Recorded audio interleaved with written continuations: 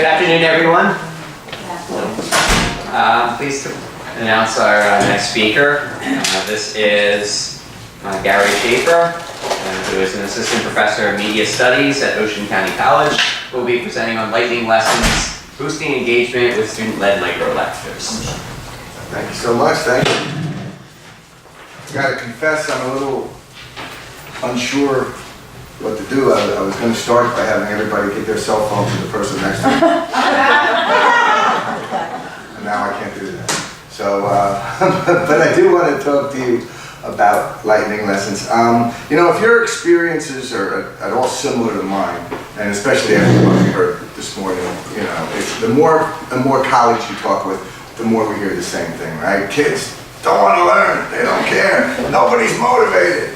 And you know, that may be all true. I don't think it's all true. It might be partially true. But so what? I mean, what do we do? Throw up our hands, you know, squirt in, can swim away? That's not really an option. So what do? We do this. We go to conferences, we go to lectures, we read, we look at journals and magazines and websites, we watch videos, we take everything and anything we can, we throw it all against the wall and see what sticks, right? Guess what? This stuck, right? That's why I'm so excited about it. This actually stuck. And I don't want to downplay it, but the other thing is, it's not rocket science, you know? It's a very simple concept. But it's a very simple concept that has provided so far pretty impressive results. So I'm pretty sold on it, and I can't wait to tell you about it. So let's get started, and then you let me know what you think. So I just want to start with an overview. You missed my first joke.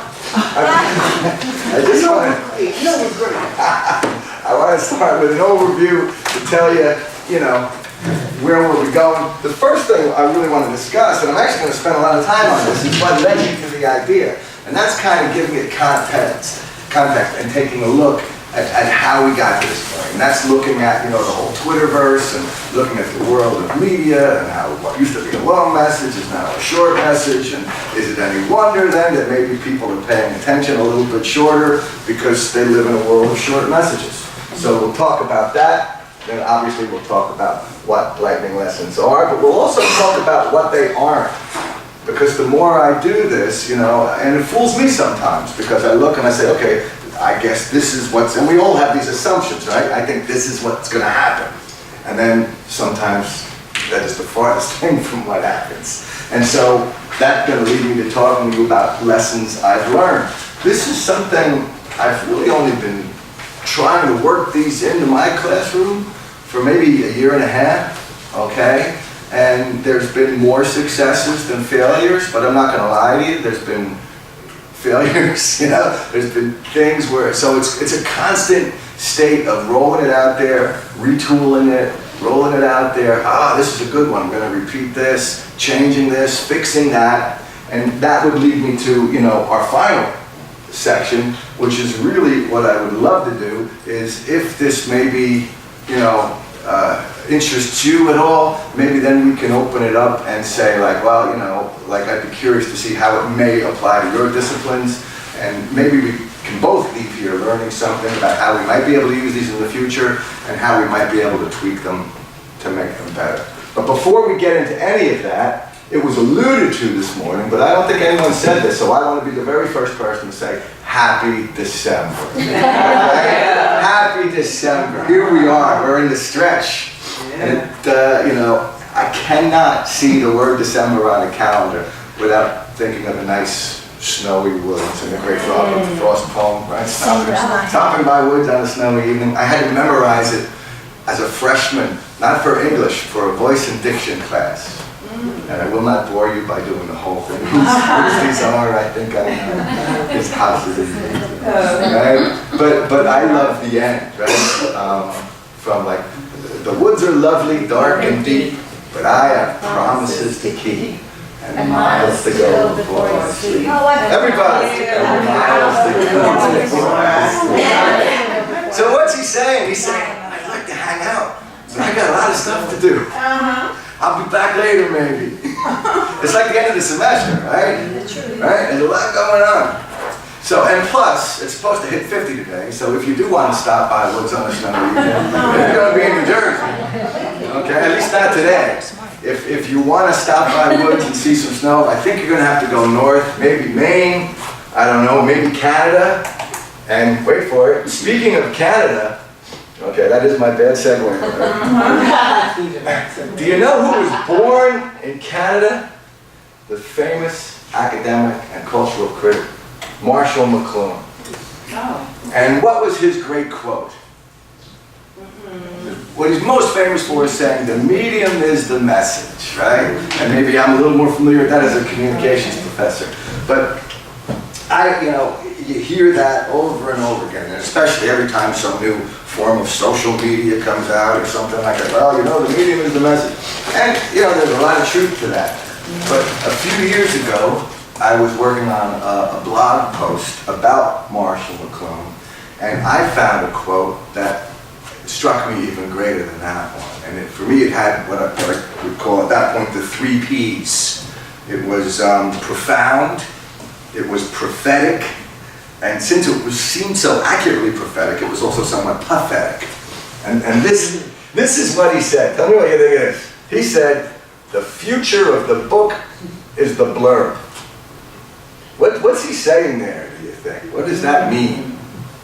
Conciseness, yeah. Yeah, right? Everything, everything is being condensed down. Everything is in digest form, and then in a condensed form, and then a abridged version. And why say all of this when you can just say that? And to me, when I was thinking of that, I thought, boy, that sounds an awful lot like Twitter, right? It just sounds like why, and we see some of the good and bad things that can happen with Twitter, and I love it. But, I often wonder, well, something might be lost by putting such a premium on being so concise and so brief, right?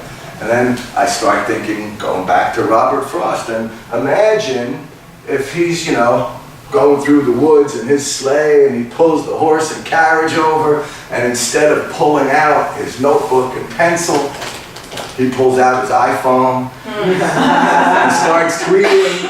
What do we end up with, right? This is it. So now what am I going to recite in voice and diction class, And then I start thinking even further. Well, suppose all, literary or historical figures just took to Twitter. I mean, I imagine if he was more to the point, things might have worked out better for Hamlet, right? Who knows?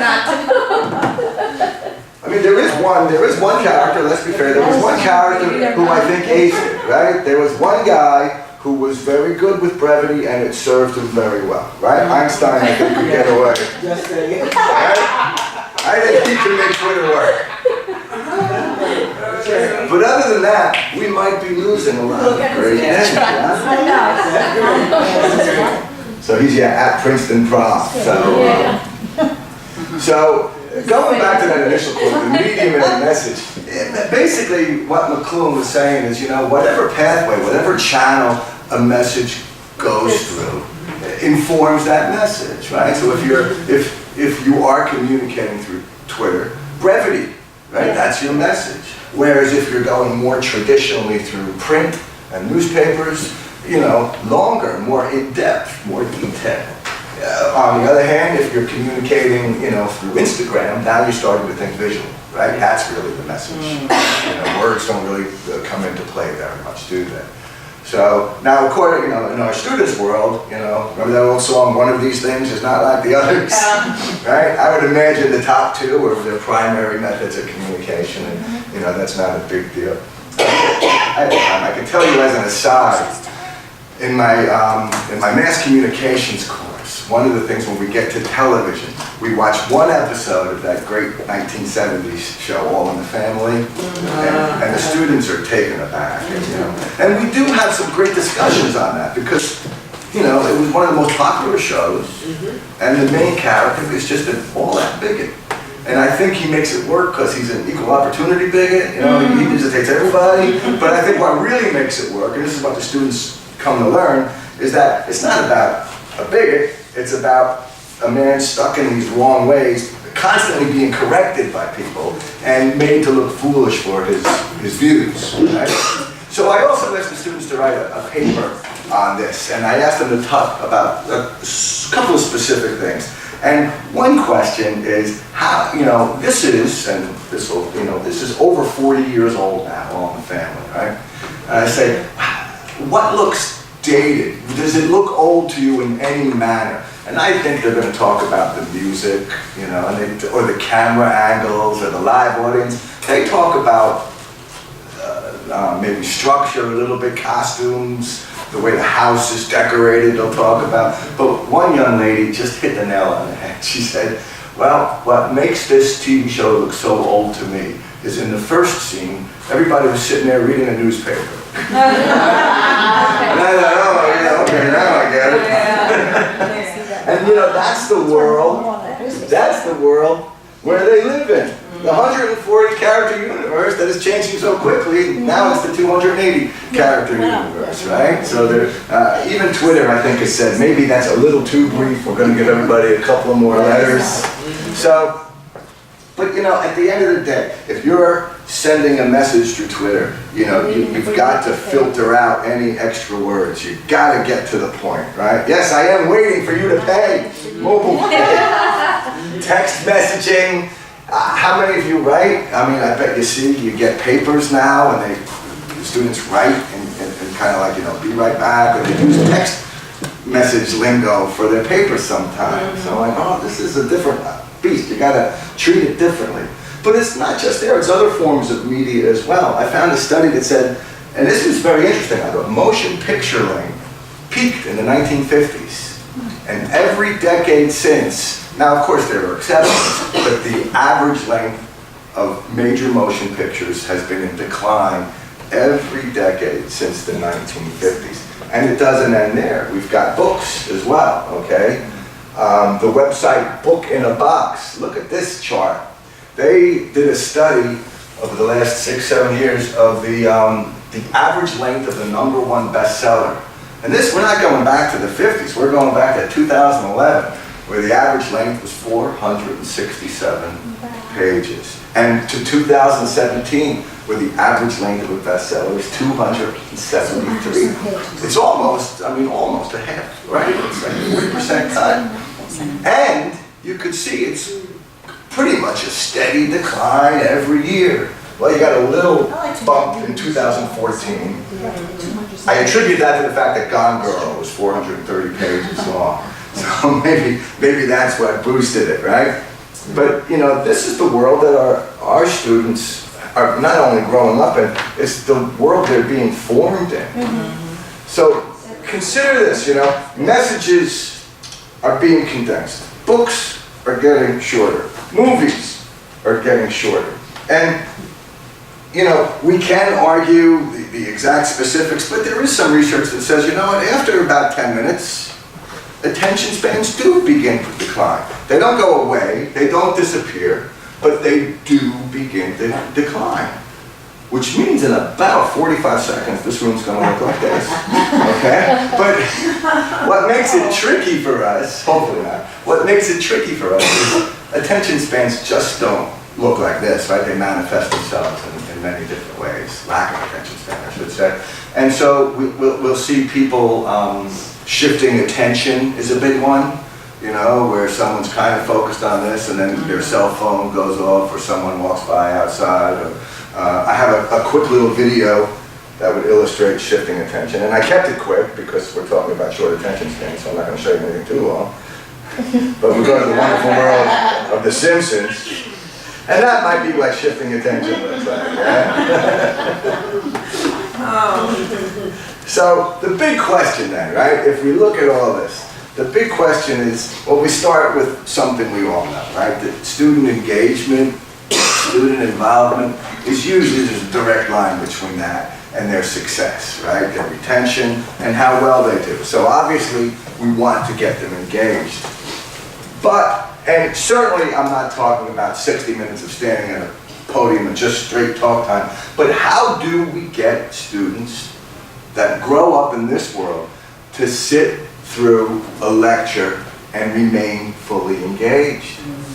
And the big answer, I think, is we don't, right? We just don't. Other research shows, you know what, yeah, people do begin to lose some of their attention at the 10-minute point. But there are ways, and I think that's really the main takeaway from the great lecture we saw this morning. There are ways to combat that, right? I mean, it could be something as simple as audio or visual aids. It could be incorporating any of those great active learning techniques.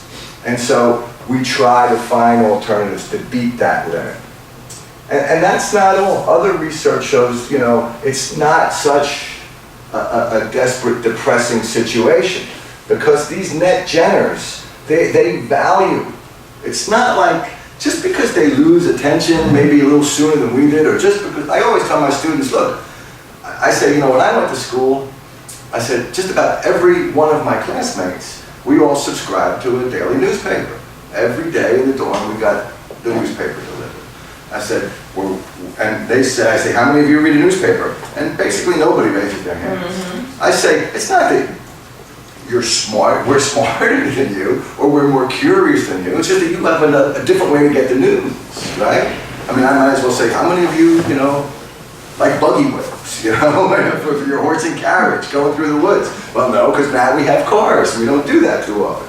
It might be quaint now and then. Although I did have an assignment the other day where I made my students have to go out and buy a paper and do something with it.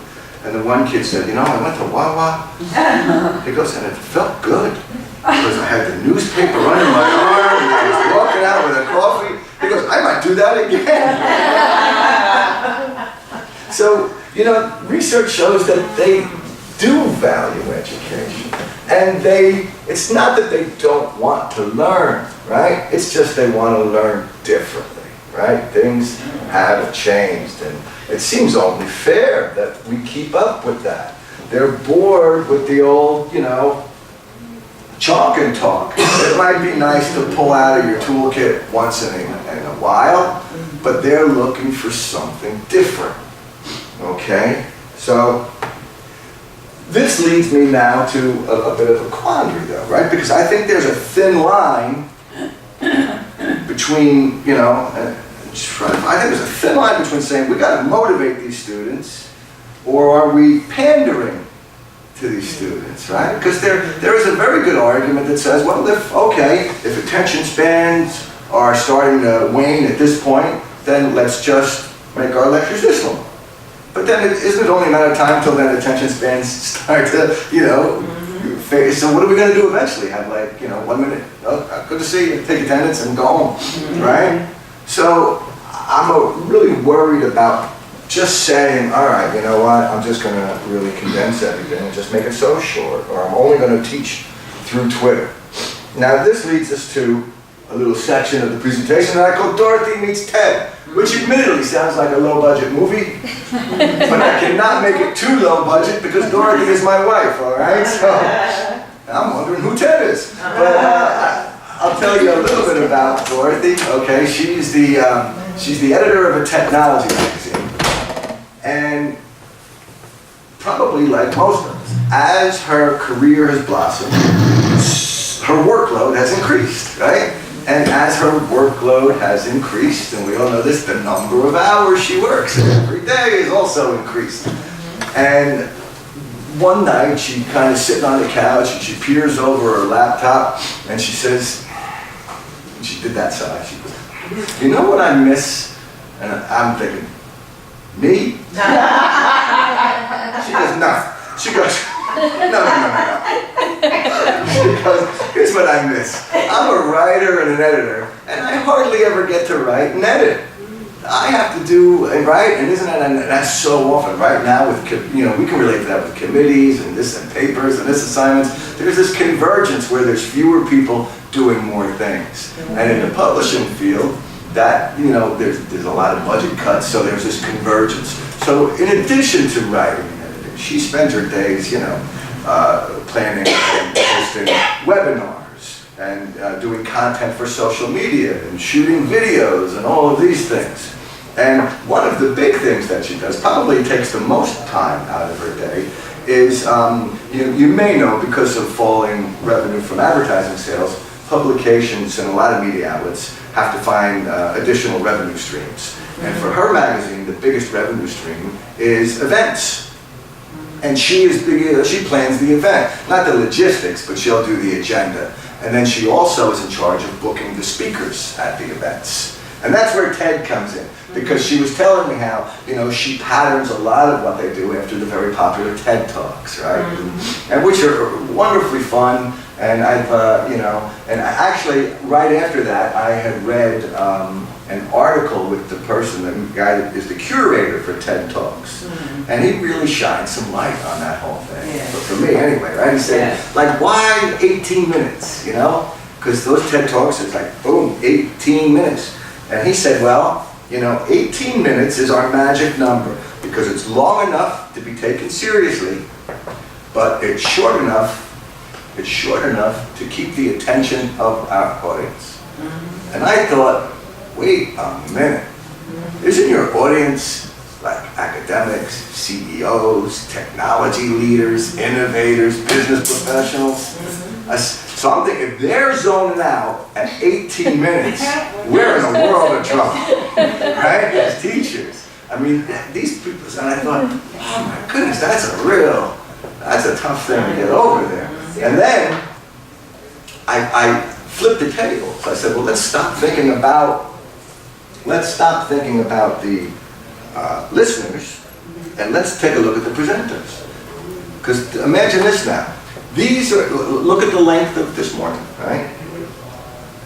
An excellent job. But imagine when you take someone who comes from the world of 90-minute keynotes or 60-minute presentations and you say to them, look, man, we love your style, we love your content, and we want you to speak, but just make it 18 minutes long. And please no more. No 5 minutes extra at the end, right?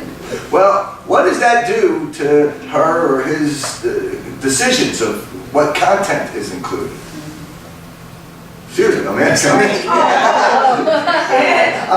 No more hypothetical questions. Sometimes people who have to present with TED Talks, they have to go to a specialized training so that they can learn exactly. Toastmasters is an organization. Oh yeah, right. So you just have to kind of learn what in this meat, what to leave out. You may not know that on your own. Yeah. It's a training. The main points.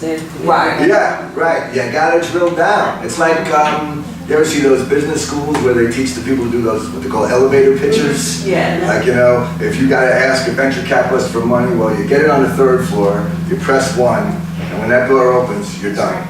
So, right? So you say, I gotta, like you said, I gotta trim the fat and get to the meat. And so that sounds pretty good, right? That's not such a bad idea. Sounds a bit like what maybe we have to think of when we send out a text or a tweet. Then, my wife looks over her laptop at me and she says, we're going shorter. And I said, what? And she goes, yeah, TED Talks are 18, but we rolled out a series of 10-minute talks. Our attendees were saying, we'd like to see something a little more condensed. And I said, a 10-minute talk? And she said, yeah. And you know what? We tried it once.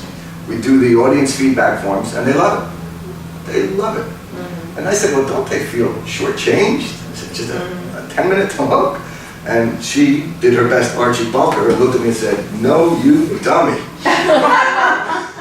She said, it's not just one 10-minute talk, it's a series of 10-minute talks running concurrently, like what we're doing today. And that was my aha moment, right? And so this is what I thought then.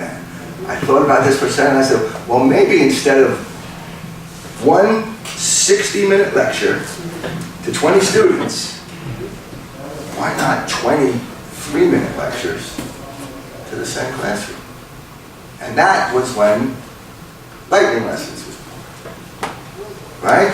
20, 3-minute, or shorter. So let's see where that takes us now, okay? So let me give you a basic overview of what I started with when I said, how am I going to design these lessons? Because we'll see later that you have to be, just as today, or this morning, when we talked about, you need to be very clear in any assignment. They were talking about groups, but in anything. One of the lessons I've learned is you need to be super explicit about what you want and what you don't want. when you're giving this assignment to the students.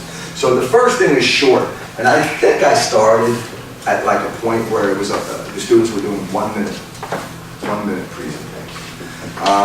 Now I find the comfort zone is like 2 to 3, and there's like maybe a 15% leeway. They go a little short, they go a little long. I'm not gonna stop. And you will find that some people will go try to scooch it up to 4 minutes or 5 minutes, but that kind of defeats the purpose a little bit. So we want to keep it moving, and we want to keep it hyper short. And the other thing is, these are, to be clear, individual presentations, which means they are not group presentations. I've never got into group lightning lessons, okay? I mean, maybe, who knows, there may be an opening down the word, but, right now, I've kept them pure, well, actually, I don't even know that I would consider doing them as a group, and I'll tell you why in a bit, but,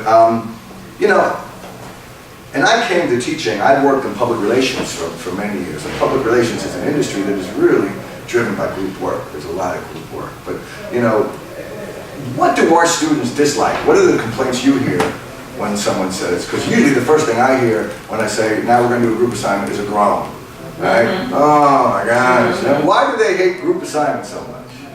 Because everybody doesn't participate, and they feel like they've done all the work and they've just sat there, or the person didn't put in. Yeah, exactly. I call that person the backpack, right?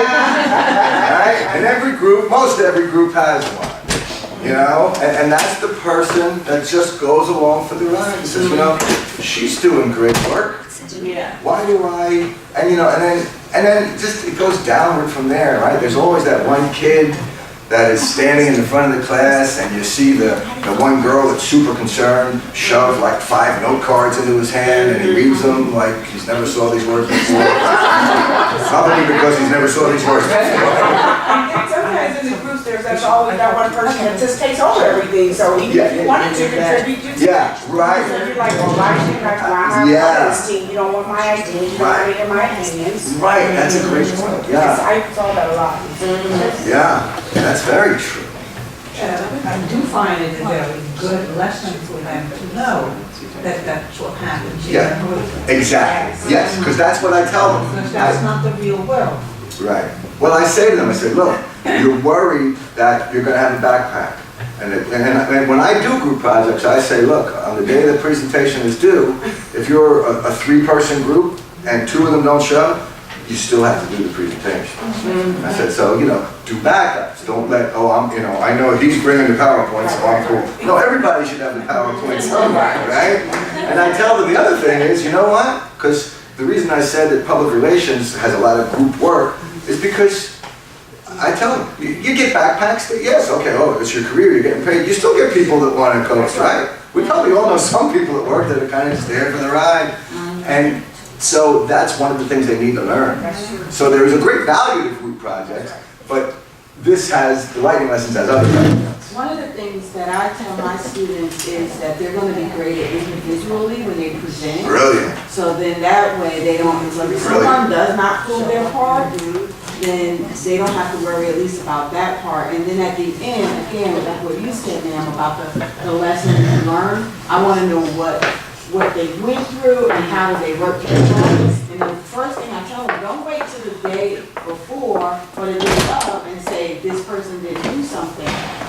Talk to me in advance so I can give you a strategy, as a group to work together. Or like you said, to come up with an alternate plan, because I tell them the same thing. You still have to present, but you have a group project grade, right? So it doesn't matter if 2 or 3 people participated, you still get a group grade, but then you get an individual grade. Yeah.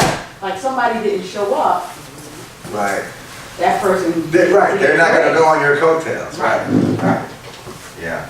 I had, and also the big question is, do we get to pick our own groups? No. And I said, well, when I worked at PR, I didn't say, I have to work with Charlie again? Can't I pick my own group? No, it didn't work that way. And then, so when I assigned groups, I don't know, I used to do this. I used to say, well, okay, I know she's like an A student, and he's a B student, and let me throw the one D student down the balance. And one semester I thought, that's not fair. So one semester, I said, oh, I don't think they'll even notice. I put all the lesser students in the same group. And I called out all the names. I said, all right, now get in your groups and we're going to talk about what we're doing. And this little hand raises up. And I go, yeah. And she goes, and this was her words, not mine. She goes, you put all the slackers in the same group. And I said, well, first off, I said, don't you think it might be insulting to your group members that you just labeled them all slackers? And they go, no, we're slackers. You know, right? The man with one eye is king in the land of the blind. And she raised her game. That girl was like, oh man, somebody's got to do it. And I tell you, that was one of those moments I was just so impressed with what she did. And the others were slackers. Okay, so lightning lessons. The one thing that I really came up with here was I'm trying to, and I mean, again, this is not rocket science and it's not new, but I make sure that they're all aligned so they focus not just on, reciting and remembering, but that they can take a concept and they can apply it. And the main thing is, and if they can apply it, that shows, of course, comprehension and understanding. And I ask them to apply it to their own life. So that's another reason why this wouldn't work as a group, right? Because your experiences might be totally different from your group members, okay? And there's other reasons for that as well. I tell them, I said, look, you've got 2 minutes or you've got 3 minutes. I expect it to shine, and what I always tell them is, look, it's a communications course. So I expect you to communicate and keep us interested, And some students buy into this, some don't, but there's a great byproduct that comes out of that I'll talk about a little bit later. And so the first thing I do is I give them one of these, and these are still being tweaked. So I certainly invite your input. But this is an example of a lightning lesson I did for mass communications course.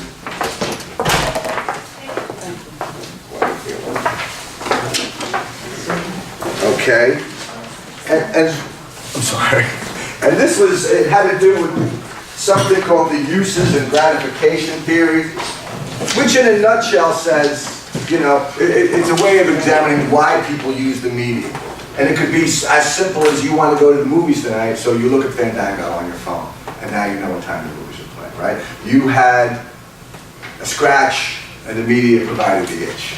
Or no, you had the itch, and the media provided the scratch. I always confuse itch and scratch. All right. So you see here. So I just give them. Now we had already studied uses and gratification, but I will tell you this one thing right off the bat. Usually, this was an area. This usually makes its way as an essay question on the test when this component is finished, and it has not been one of the better responses. They tend to not quite grab it, even though we talk about it at length, and I try to make them use individual examples during when I just lectured it.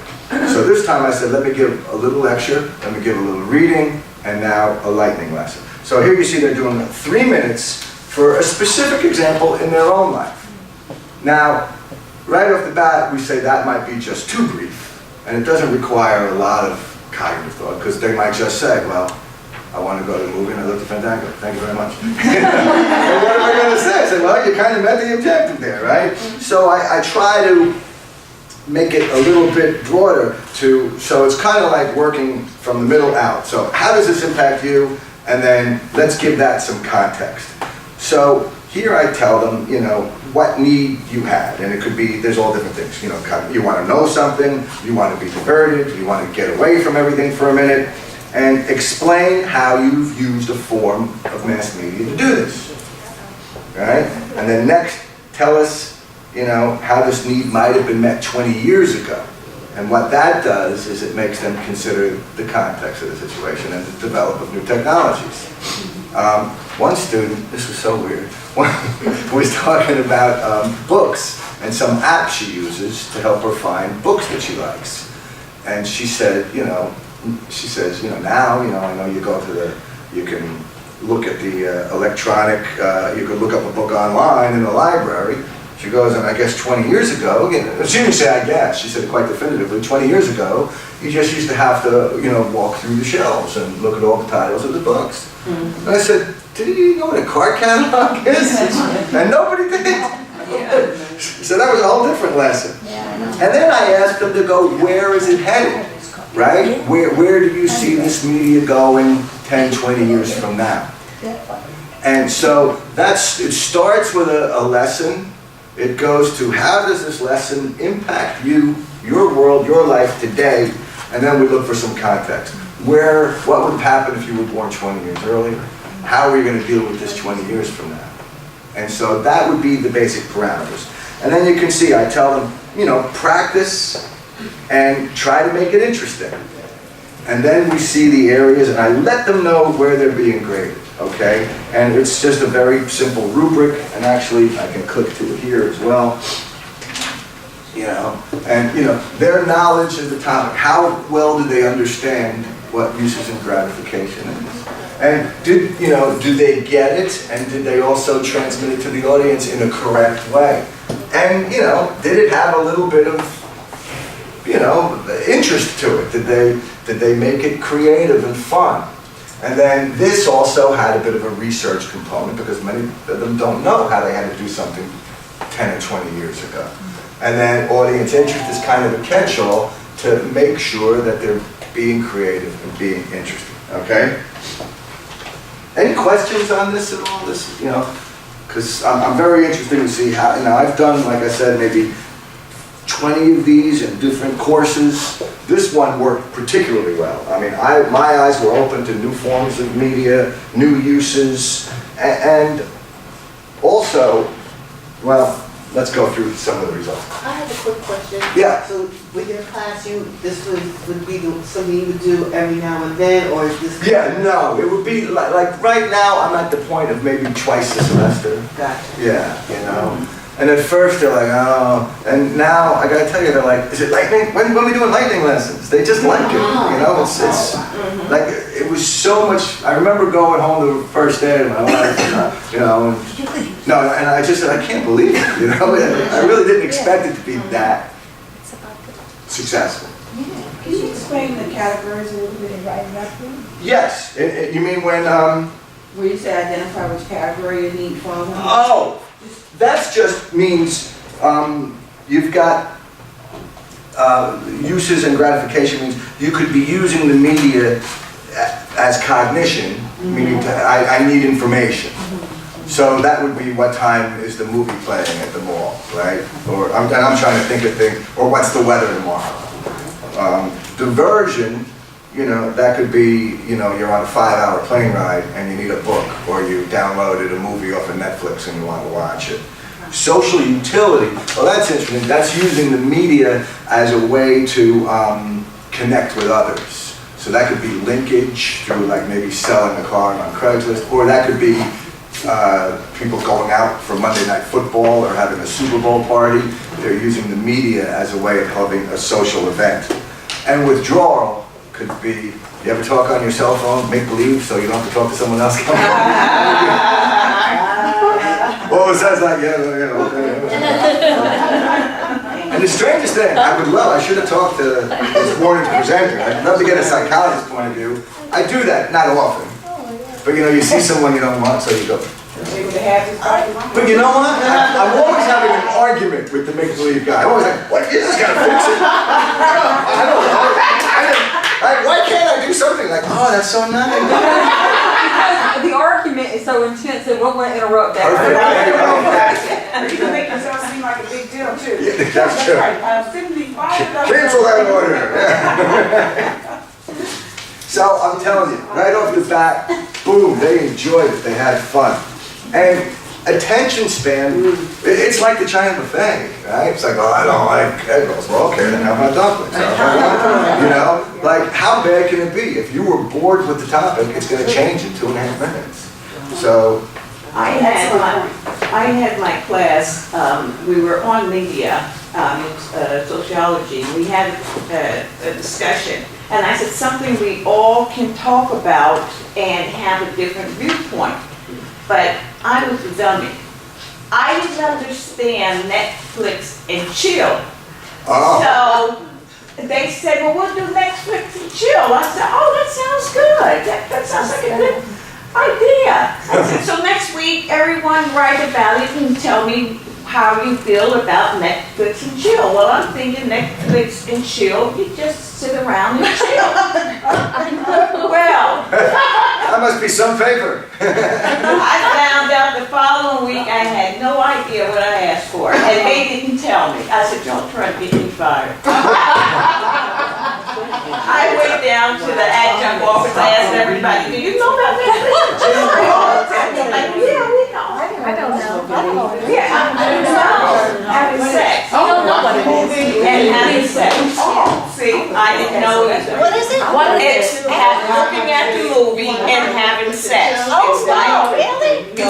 You know what it is? I didn't know. It's a replacement for dating. You know, when people use on dating, they only do this. See, so I wasn't by myself, okay. So now if they do evaluations and they say, what did you learn? Yes, we know Netflix and chill. Yeah, big, right.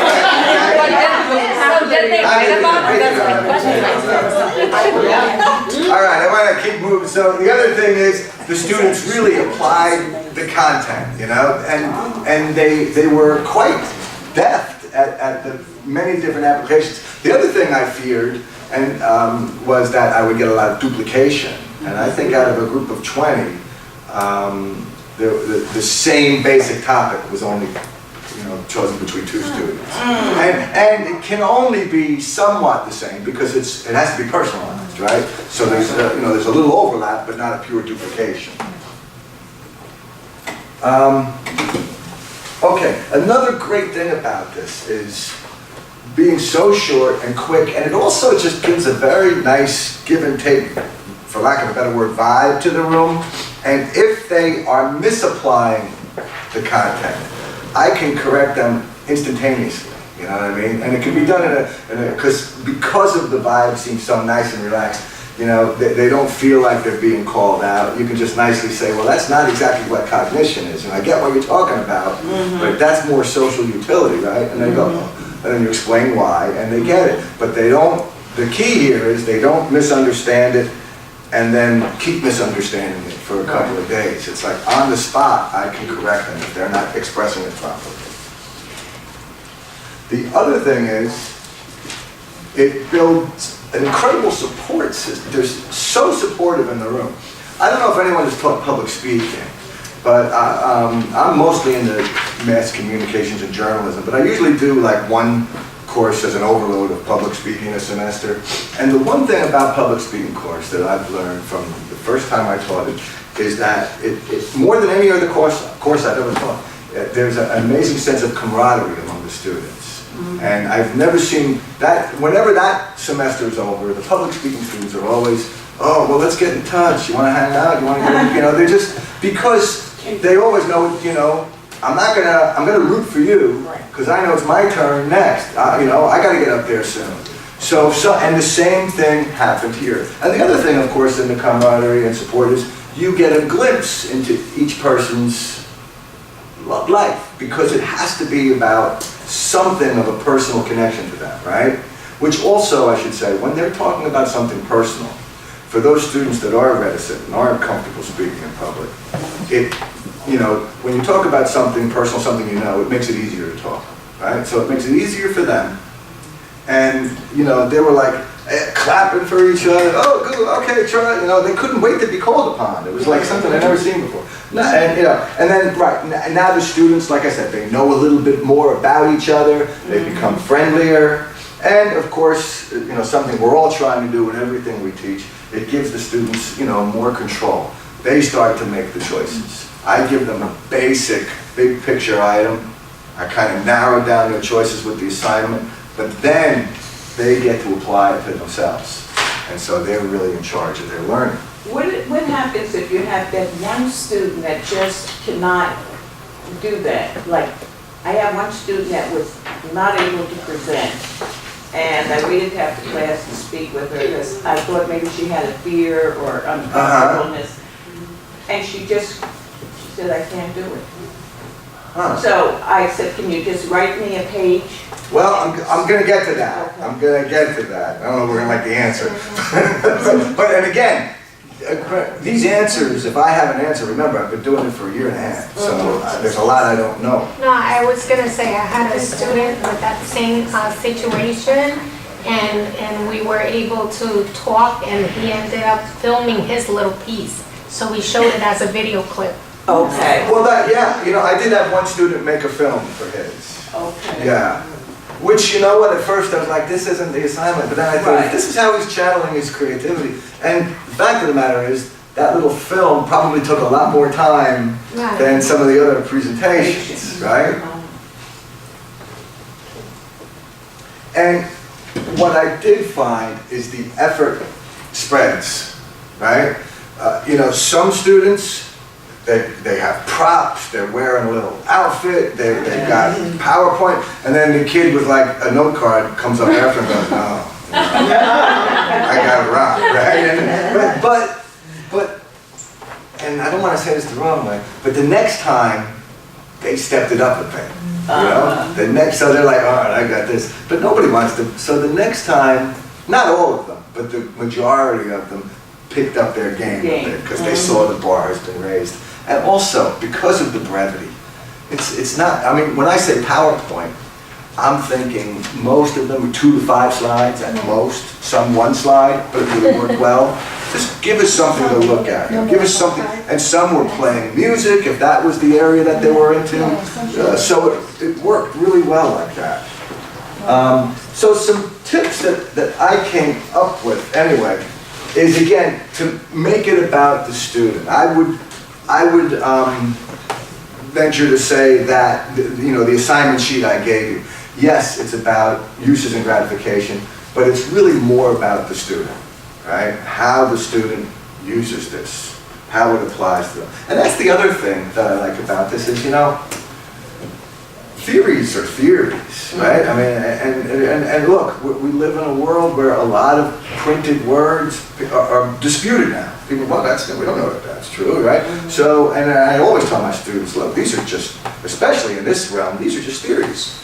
I said, so let me know if you see how this impacts your life. And now they know, yeah, well, you know what, there actually is something there.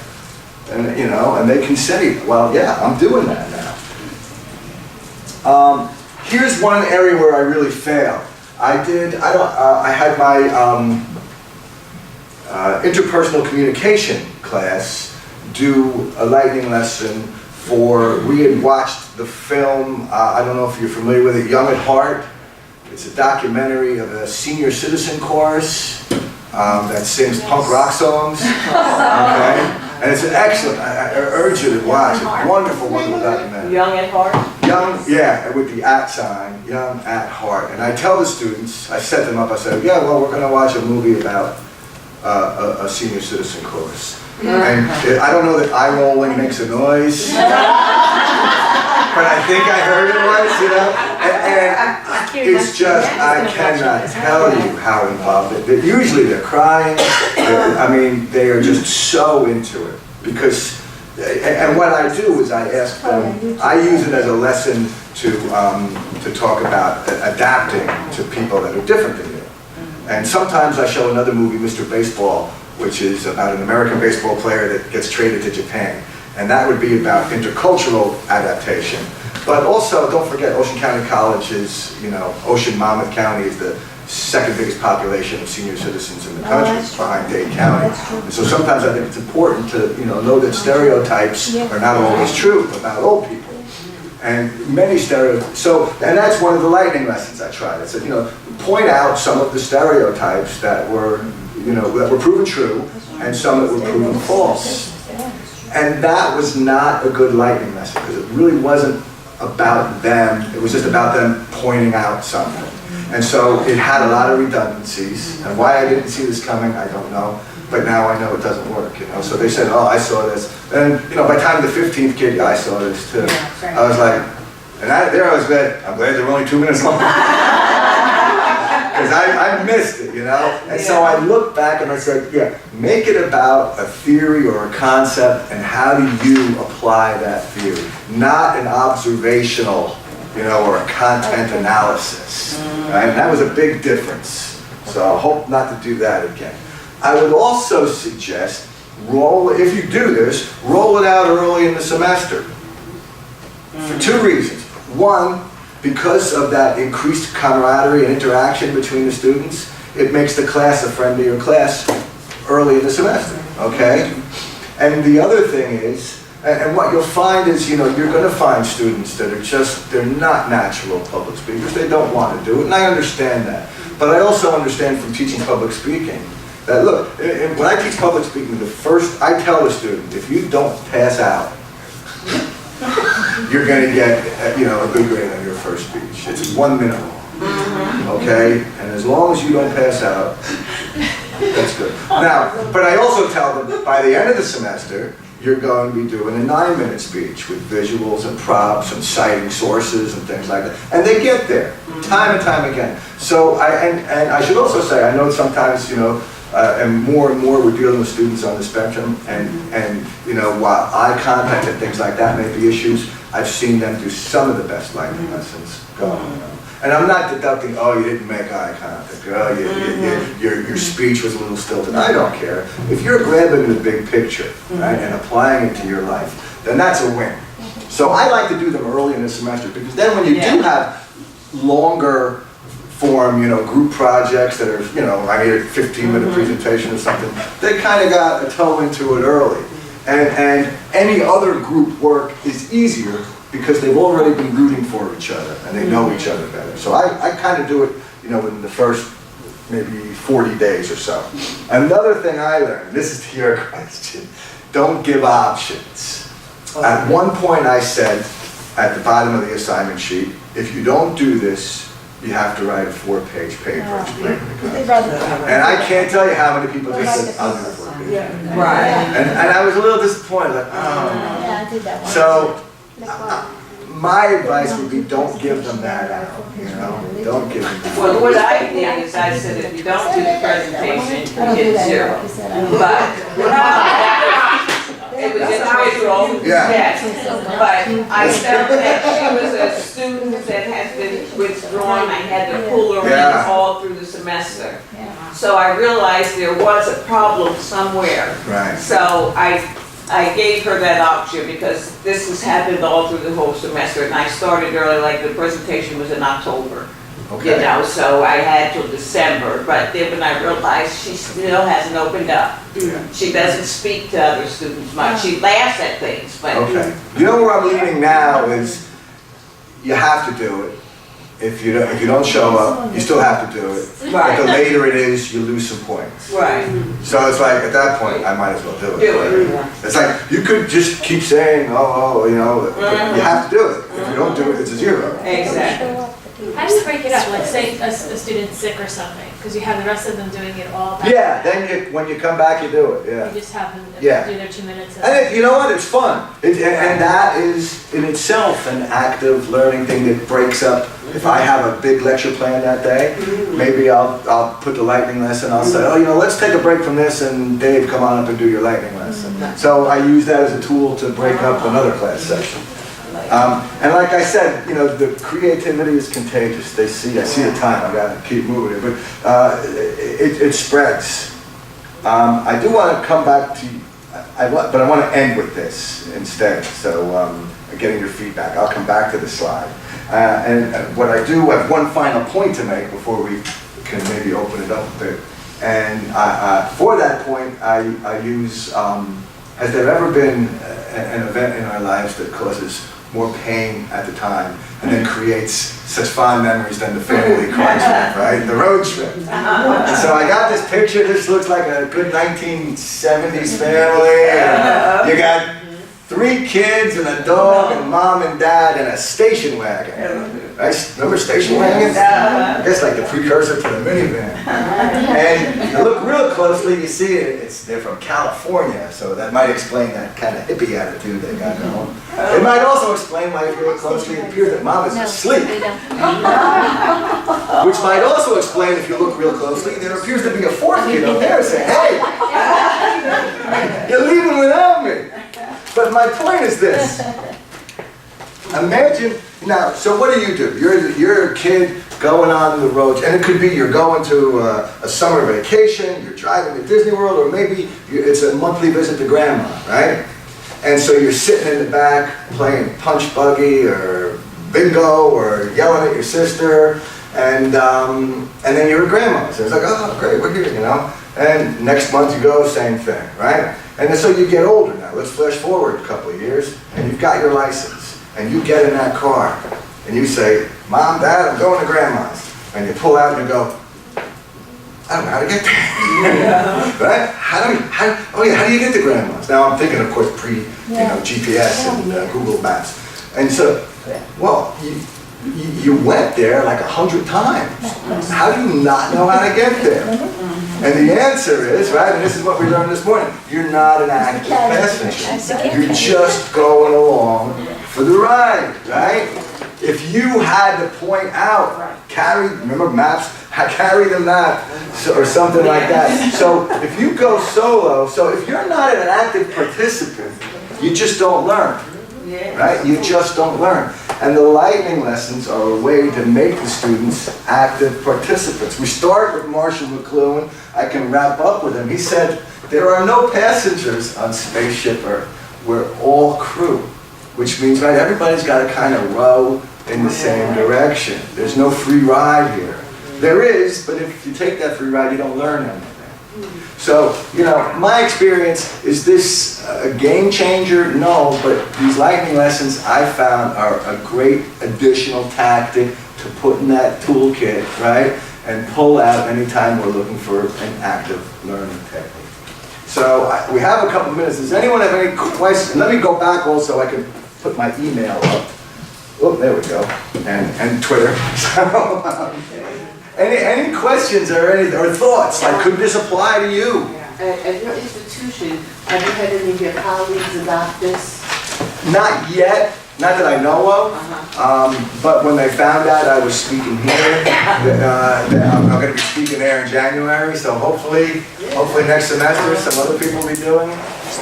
We adopted something like this at our institution, and we do it as a faculty and staff development day. So for 2 hours, we'll take about 20 different departments on the campus on the academic and student affairs side, and we get people to get up and give a 4-minute presentation of something that's happening in the area, or something new, or if it could be with a discipline, or with some teachers, or whatever it is, we don't care.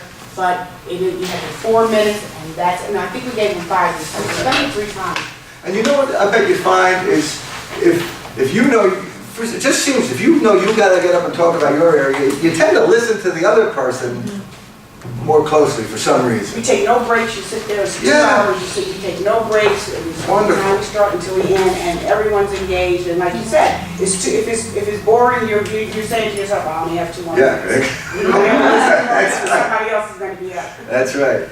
I used to produce a 1-act play festival at my school. I used to say to folks, look, these shows are 5 minutes long. I said, if you don't like one, just sit there because it's going to change. Well, speaking of change, I think it's time to head out to the next session. But I thank you all so much, and I hope you enjoy the rest of the day.